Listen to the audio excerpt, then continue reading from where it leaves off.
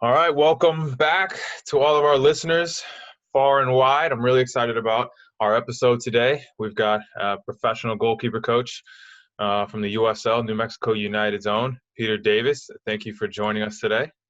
Thanks for having me, Brandon. How are you doing this morning? I'm good. I'm thankful to be healthy. And anytime I get a chance to talk about goalkeeping, whether it's about youth goalkeeping, professional goalkeeping, goalkeeper training, goalkeeping in goal, I'm always down to talk about it. So thanks for reaching out to me. Honestly, I'm the same way. That's why I love doing this. I love doing the blog and stuff like that. Just talking goalkeeping. I realized how much I just love the position and love hearing different perspectives on the position. So I've heard of you. I obviously know Troy a bit from his time in Charlotte, the head coach at New Mexico United, and he speaks very highly of you. And so, he gave me your contact information, and that's how we're here on the call right now. But I want to get to know you a little bit. I've read about you. I've seen some of the work you guys have done in New Mexico, but I want to hear, how you got to this point. So let's hear a little bit about Peter Davis. Yeah, for sure. So I grew up in South Carolina, similar to Troy and assistant coach Zach Prince over here in New Mexico. And I grew up in Seneca, which is a small town just right next to Clemson University. And, growing up, I didn't really follow professional soccer because it wasn't really as popular then. So what got me really going with soccer and goalkeeping as well was going to watch the men's team at Clemson University. There were some fantastic goalkeepers, as I'm sure you're aware of, that played for Clemson back in the day when I was growing up. And those are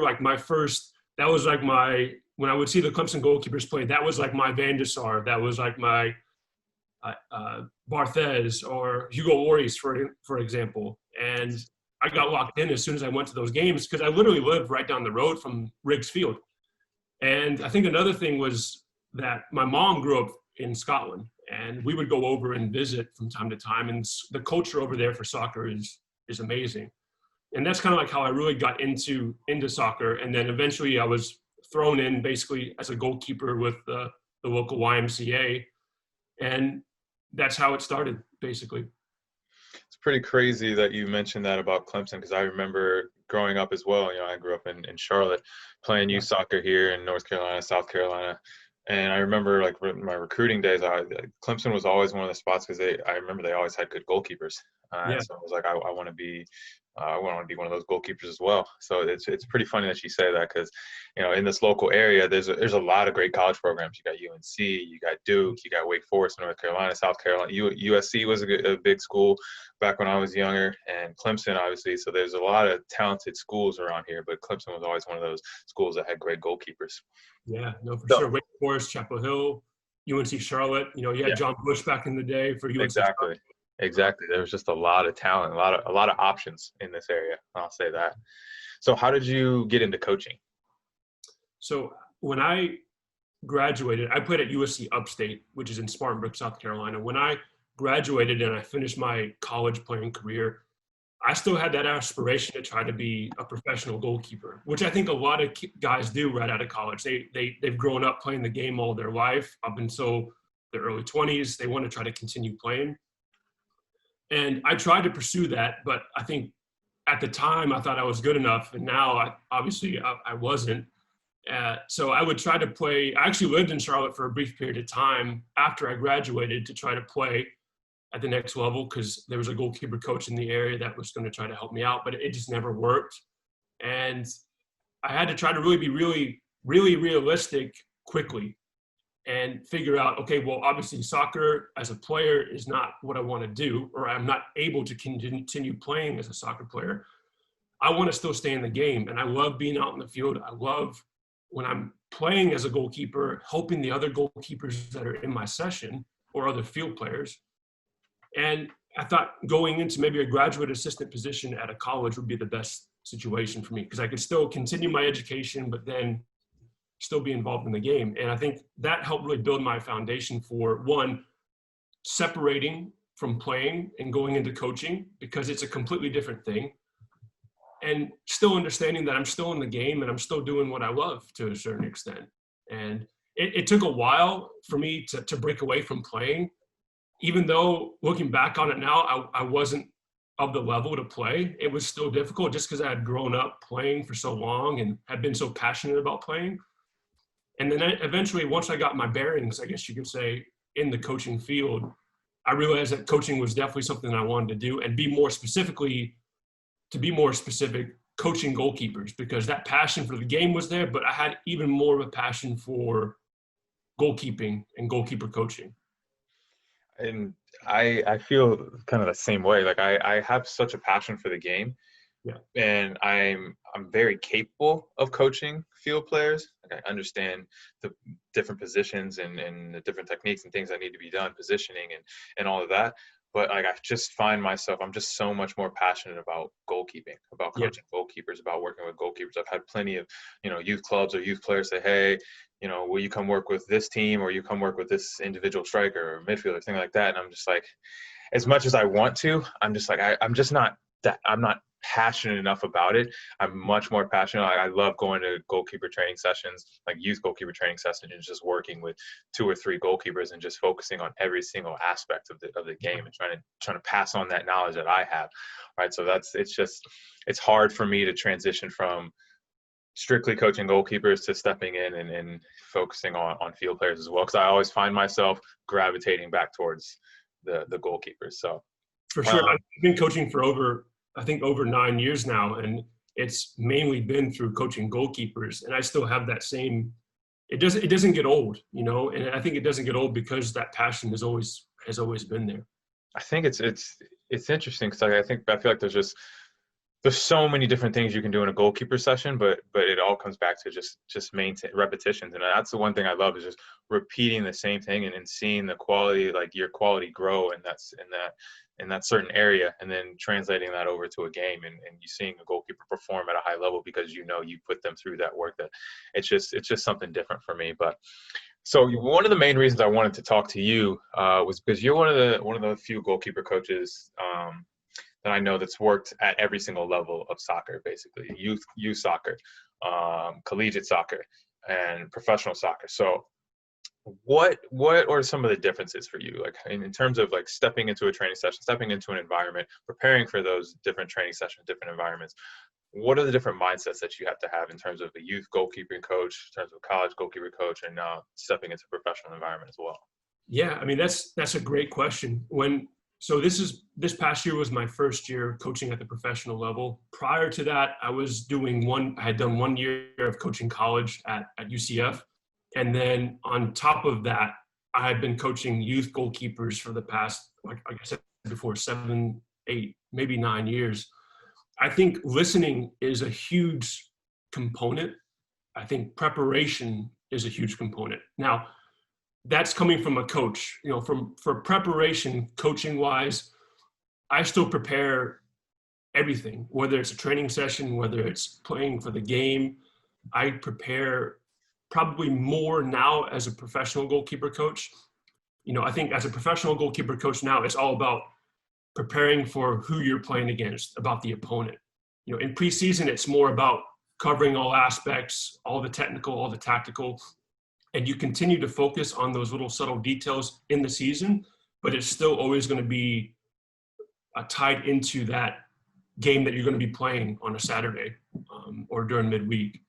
At the youth level, I wasn't really concerned about the opponent or who the goalkeeper was going to be playing at all. It was more about, for me, developing that foundation from a technical standpoint, from a tactical standpoint. I think as well, coaching goalkeepers at the youth level, you have to be a little bit more patient.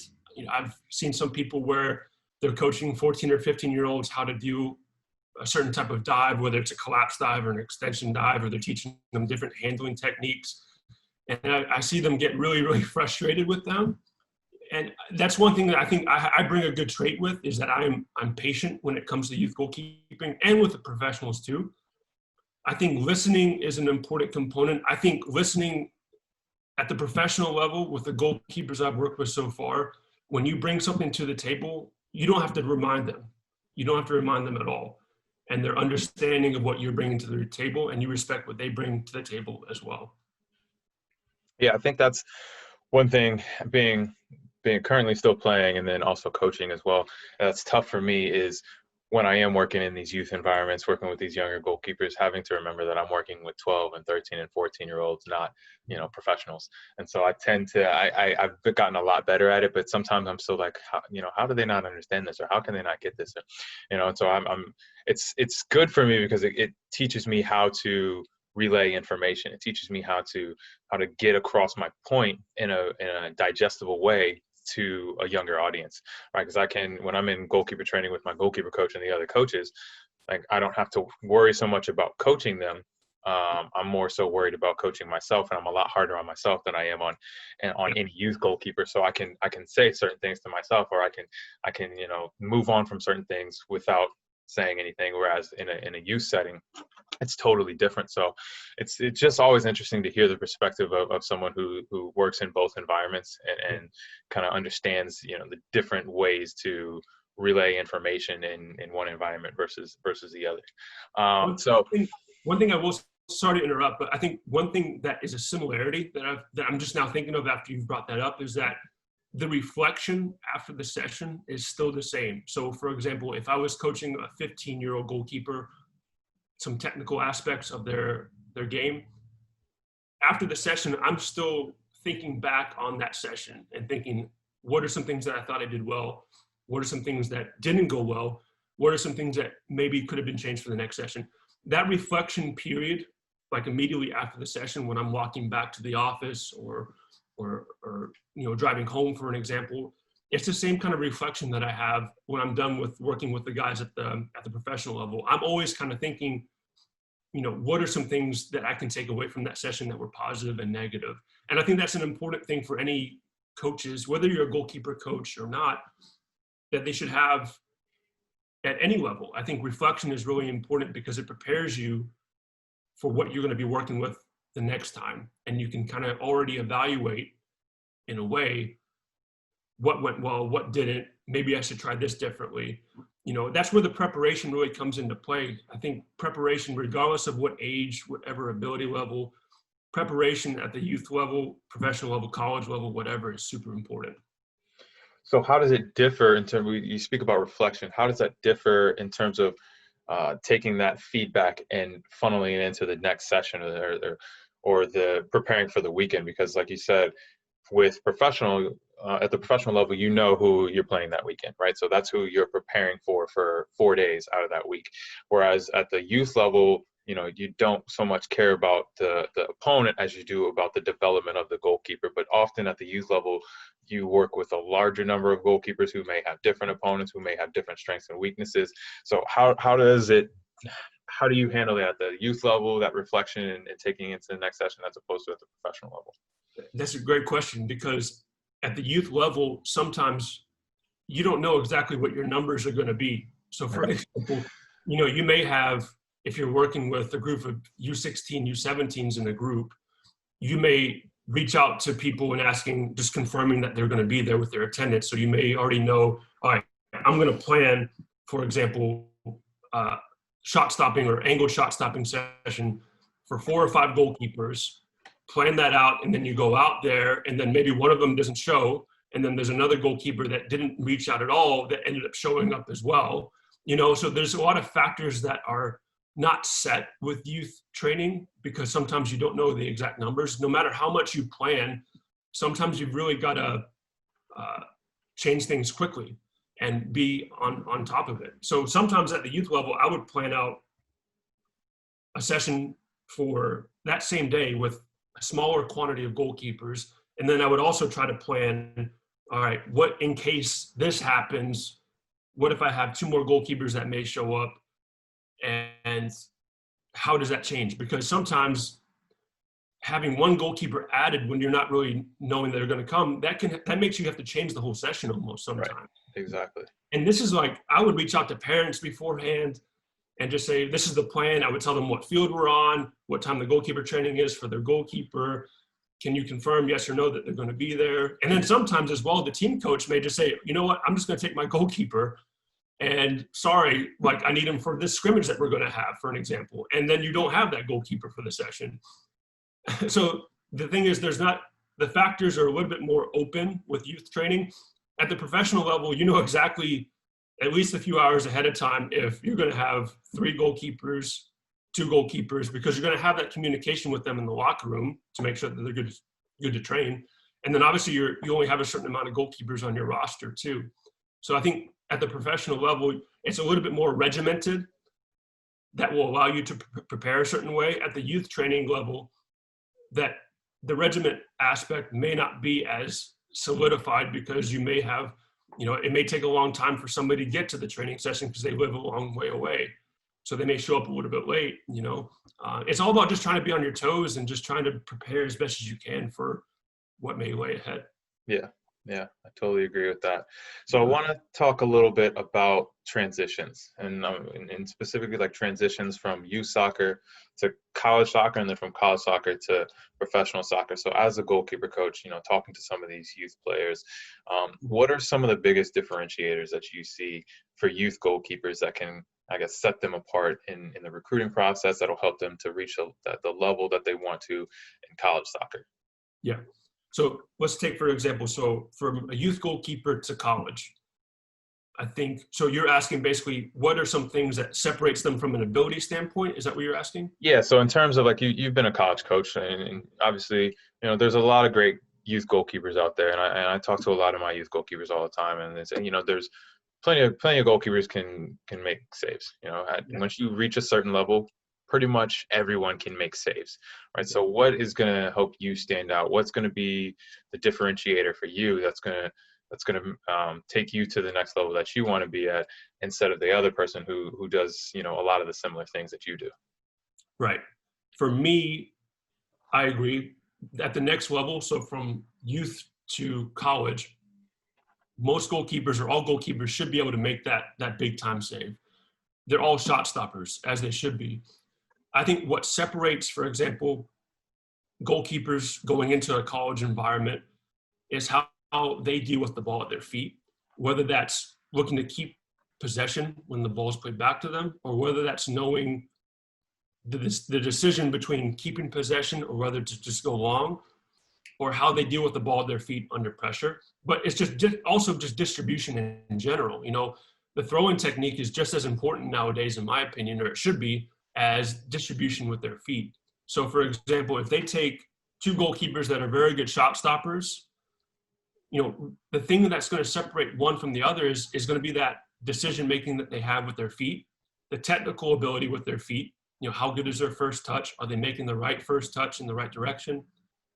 And also making sure that their understanding of how the game is played, because I think a lot of goalkeepers also, they are that shot stopper. And that's the job, is the goalkeeper is supposed to keep the ball out of the net. I understand that. But the way the game itself is developing and growing and how it's changing, the goalkeeper, is going to become an ever more present component of that attack. And it's not just about taking that goal kick and just looking to hit it 70, 75 yards. It's about knowing, as a goalkeeper, how can I help keep possession, but then maybe help us go attack forward, not just from a long distance distribution. Yeah, I really hope all of our listeners are really listening to this part, because this is the one thing I struggle with as a goalkeeper coach working with youth goalkeepers. Oftentimes I'll get text messages from parents say, hey, so-and-so really needs to work on, be reaching the top corner, extension diver and things like that. And I say, that's great. But a lot of times I'll spend 20, 25 minutes just on distribution in an hour-long goalkeeper session, because I study a lot of my own film, and I'm a big stats guy, so I love to see how many touches I had in the game, how many passes I completed, which areas I completed those passes in, because like you said, I think the goalkeeper position is a big catalyst for the attack, and building out of the back and getting out of pressure. And so I look at the statistics, and I may touch the ball 40, 45 times with my feet in a game, and I'll make 4 saves, right? And catch maybe 2 crosses, right? So I've touched the ball with my hands maybe 6 or 7 times in a game, but I've touched it, 5, 6, 7 times as many times with my feet. And I think people tend to skip over that and not pay attention to that, because they don't think that it's such a big part of the game, and it may not be as big a part of the game in youth soccer. Like I'll go to youth games, and they don't play back to the goalkeeper as much as I may want, Yeah. mainly because the goalkeeper probably isn't that comfortable with it. But I think it's one of those things that I tell my goalkeepers all the time: if you can develop this now, you're going to be light years ahead of the other 15-year-olds at your age group, right? And if you're comfortable now at 15, you're going to be even more comfortable at 16 and even more comfortable at 17. And by the time you enter college, you're going to be at a field player level, hopefully, where you can distribute out the back. And now when I went into college, I wasn't very good with my feet. And that was one of the reasons why I didn't get a lot of playing time my first, couple years. And so I try to tell goalkeepers, like, if we can get that down early, then you've got to step ahead of everyone else. And so I love that you brought that up, because I think it's a huge part of the youth game that is, I won't say it's ignored, but it's not, there's not enough emphasis put on it, because I think sometimes in larger sessions where you've got 6 or 8 goalkeepers, it's kind of hard to get everyone involved in the game situation distribution that you want to do. And so I just implore youth goalkeepers to do everything they can to get comfortable with their feet. Yeah. And I think as well, going back to one of your questions earlier, at the youth level, there's one thing that when I was coaching at the youth level, one thing I would always say to the coaches, the team coaches, is that there's one guarantee that I can give you right now with your goalkeeper that I'm working with. And that is, they're going to make a mistake. And the thing is, they need to make mistakes to learn. So at times there were periods where they, for example, like you said, they wouldn't want the ball being played back to their goalkeeper because of the threat of them possibly making a wrong decision or dealing with it in the wrong way. So for me, okay, I understand that, but where's the development aspect of it? At the youth level, they have to understand that they learn a lot if they don't do something certainly the right way, or not what we may be telling them. If they learn from that, then that's the beauty of it, So I understand your point. It's just I think that's one difference, obviously, as well, from one of your earlier questions. Also, is that at the youth level, the frustration for me would never be if they made a mistake, because that's them learning. You either win or you learn, in my opinion. That's a philosophy that I kind of go by.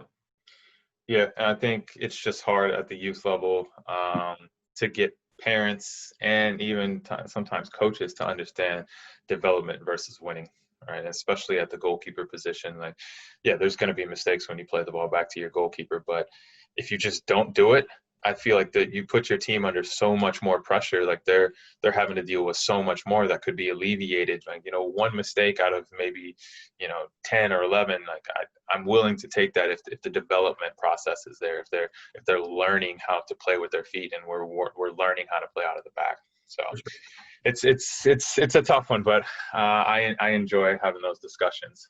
So let's talk about that transition from a college goalkeeper to now a professional goalkeeper, right? So hopefully in the college game, the goalkeepers that are reaching the professional level are the ones who, are more well-rounded, have a lot of different attributes to their game: distribution, collecting crosses, making saves, obviously. So what do you think the biggest transition for a goalkeeper from the college game to the professional game is? I think in order for a college goalkeeper to make it at the professional level, the consistency of decision making has to be right.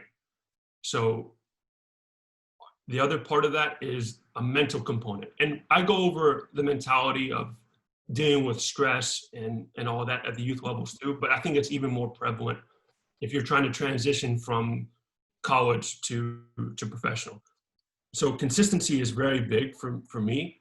I think Cody Mizell was a fantastic goalkeeper this year for us. And I think one of the reasons why is because he was so consistent with what we were asking him to do, but the things he would do on the field as well were always under the guidance of our philosophy. I'll put it that way. So he had, like I said, he had a great season, but for me, consistency is very big, and that's in relation to decision-making. That's in terms of the saves that they make at the times of the game. So are they able to come up big in the right moments? even if they may not be dealing with a lot of shots or situations throughout the game, if there's that one opportunity that we have to deal with as a goalkeeper where they have to make a save, are they prepared for it? So I think the overall framework of their ability and how it needs to be consistent is what really separates the goalkeepers from the college to the professional level. And that's consistency, whether it's shot stopping, whether it's consistency with their communication, whether that's consistency with their dealing with the ball at their feet. It all has to be in that manner. I think that's the biggest thing I learned in my jump from UNCW to the Rochester Rhinos was the consistency aspect. I remember, I'll never forget my first practice. I was like, this isn't very hard. Like I can definitely do this. And then, you know, a week went by, 2 weeks went by, 2 or 3 months went by, and people don't really understand that mental grind that a professional season is. And at that time, it was only 6 months, and now we're going, you know, sometimes 9, 10 months. And Yeah. so that's the biggest thing I try to convey to younger goalkeepers who come into this environment, just younger players in general, is like college is obviously tough. You're playing a lot of games in a short span, but once you get to the professional level and you start training in February and you don't end until hopefully, you know, November, mid-November, like consistency every single day in training and then having that same consistency in games, that's a tough beast. Like it's tough to stay motivated, one, to get up every single day and do the same exact thing every single day, especially as a goalkeeper where you're constantly working on that same technique to like we talked about earlier, to basically perfect it. So when it does come up that one time in a game, you're ready for it. Right. So that was one of the biggest things for me. It was like I didn't have that consistency when I was younger, and that's why I didn't get those opportunities. But you also talked about like just consistency and making the big saves and the big moments. Like there were times even later in my career when I was 20, 25, 26, where I found myself making big saves, but at other times not making the big save. And I felt like that was a big confidence issue for me. It's like I wasn't confident enough to make those big saves game in and game out. I'd make them, you know, this Saturday, and 2 weeks later, I'm not making that, you know, similar situation save. So those are the big things for me that you really have to focus on when you're jumping from college to professional. And that's one role that I feel that I have, because environment plays a huge factor in how a goalkeeper can play in the game. If they're taken care of the right ways, you know, if they're provided the right things that they need, I think that's part of being a facilitator as a coach. You know, part of being a coach, in my opinion, is facilitating the needs, you know, at the youth level. And I keep going back to the first question where it's comparing the youth level to now. For me, some days, like leading into the game, usually the day before, we tended to do in the goalkeeper session the exact same exercises the day before the game. So, for example, if the game is on Saturday, every Friday we would do the exact same session. And you know, Cody basically told me at the beginning of the year when we met, he's like, you know, on the day before the game, I like to kind of keep it regimented and doing the same exercises, just some basic technical work, just so like it gets me ready for the game. Instead of me bringing something to the table that may be a little bit more different or something they haven't done before, if we keep it that way, then it keeps Cody ready. And that's one thing that I never dealt with at the youth level.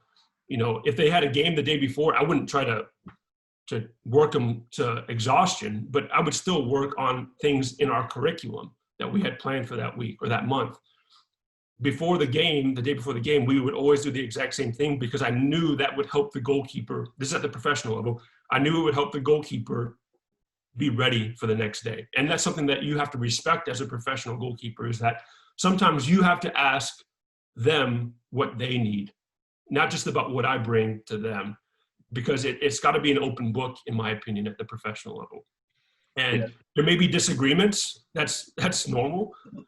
But as long as you guys are on the same page, I think that helps with the environment that I brought up about how it's all about how you do in the game at the professional level. And I think that can really, really help. Environment is huge. Sometimes goalkeepers will come to one environment, may not play that well, but they may go to another team the next year and they're phenomenal. And it's due to the environment that they're put in. in my Yeah, opinion. I 100% agree with that. I've been in some great environments where I've thrived, and I've been in some poor environments due to myself or due to the coaching staff, whatever, where I just didn't play well. And so the environment, the relationship with the goalkeeper coach is huge in terms of success, especially at the professional level. I think it's pretty key to have a good working relationship with your goalkeeper coach in order for you to be successful as a goalkeeper. For sure, I agree. So, last thing I want to talk about is just a bit about coaching education, and I guess coaching education specifically in the U.S. for goalkeeper coaches. I personally don't know a lot about it, but I'd just be interested to hear like what kind of licenses or courses you've taken that have helped you to get to where you are as a goalkeeper coach. Right. For a graduation present from my when I graduated from college, my graduation present was to take I think it was a C-level course at Wofford College through the NSCAA. So the NSCAA is now I think it's now called the United Coaches Association. They rebranded it. Yeah. And so obviously my parents paid for that. Unfortunately, from a goalkeeping standpoint, there isn't anything offered. There may be some things in the works, but for right now, there's nothing offered from a goalkeeping standpoint in terms of coaching education in this country, it's frustrating for me. I think there needs to be something for goalkeepers, youth, college, professional goalkeepers for professional development. And I'm sure that they will have something brought out to the table sometime in the future, but it's been a while since they've even had anything. For me, if there's a coach that is trying to get these coaching courses, if you have the financial ability to do it and you have the time to do it, because it's only going to help lay a foundation for you and your coaching ability. They're beneficial. Some people say that, don't do that course, don't do this course because it's not worth it. For me, I just, if I have the ability to do it, I'm going to do it. And nowadays, with the technology that we have available and the resources that we have available, there's no reason, in my opinion, as well, for us not to be reading up, watching things in terms of coaching education. The FA in England, they have an FA Learning YouTube channel. Excuse me. They have an FA Learning YouTube channel. Sorry, I can barely talk for some reason. So just give me a second. Lost my voice there for a second. No worries. So the FA has a learning channel. I'm not getting emotional, I promise. I'm just. Hey, I understand. I get emotional about goalkeeping sometimes too. No, the FA has a learning channel on YouTube that's really beneficial, and it's free. The Scottish Football Association has online coaching courses as well that are fairly reasonably priced. And there's so many resources out there right now that people can do on any span of time just to check out. It's unfortunate, like I said before, that the federation in this country doesn't have anything.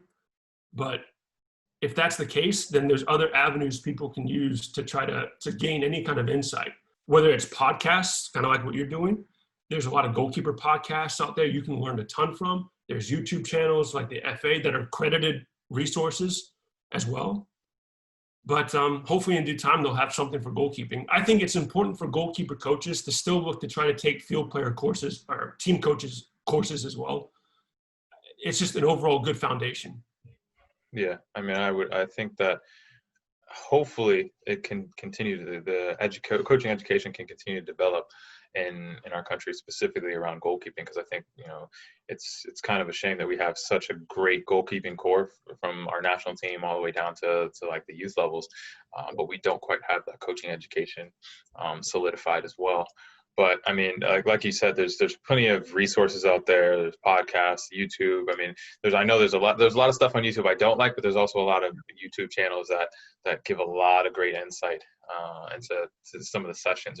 There's a lot of things being done with video during sessions, and people can see a lot of the in-depth stuff that you didn't get to see, maybe 5-10 years ago. So I think it's really, really readily available. People just have to seek it out.